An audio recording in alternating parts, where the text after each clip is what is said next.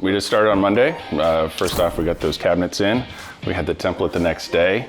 And so we're kind of buzzing through this one as quickly as we can. Today we're putting up some texture on the ceiling. We did some drywall fixes. We'll get the 2 upper cabinets in. Yeah, we're actually gonna try to get into tile this week as well, but we'll see. We got another day. A tricky thing here is we're gonna try to do the tile before the countertops come in, because we can put those countertops in and just slide them right underneath the tile there. So that's the plan. There's gonna be a big old countertop here. These are quartz. It's as wide as a slab will come in. That's the goal.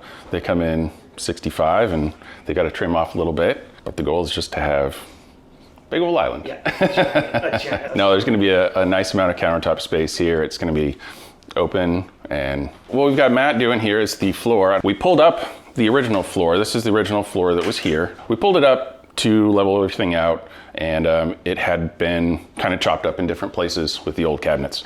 So we pulled it and we're matching it back in, and the trick is gonna be once we get to the seam where it was, to get that to lay down properly. So we'll see how that goes. We'll try to snap it in and tap it down. What we've got here, we've got the fridge going here, sink in the middle there next to the window. We've got the range coming in here. It's gonna be a gas range. This one's a little fun because we've got a slab foundation starting about here. So we only have a few inches to drill under the floor and run it back out for service. So it's a close call. We're just gonna barely have enough room to get electrical and a gas line in here to the new range.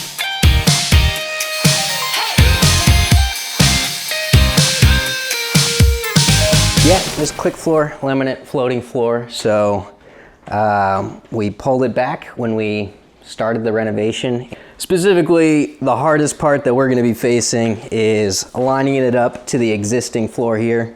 In a perfect world, it's just gonna slide to it, but it might grow or shrink a 1/16 to a 1/4 inch. Yeah, this is the fun part. We do it all as we're supposed to, and then we get to the end and we start figuring out what we can do with what we have to make it look perfect. Yep, the pattern, typically we call it the 1 boot pattern. We wanna make sure our gaps are at least a boot length or greater, just so you don't have stacked endpoints lining up for any movement. We don't want the floor to start separating on those creases, so we spread that out. What I have here is I have it racked, so I laid everything out, cut it to how I want it, set 5 rows back. That way I can quickly put 5 lines in, move on, get my measurements for the next 5 lines in, measurement for the next. So that's my technique for getting through this. So I batch my process, do all my cuts at once, do all my measuring at once, just so I'm not walking around wasting steps.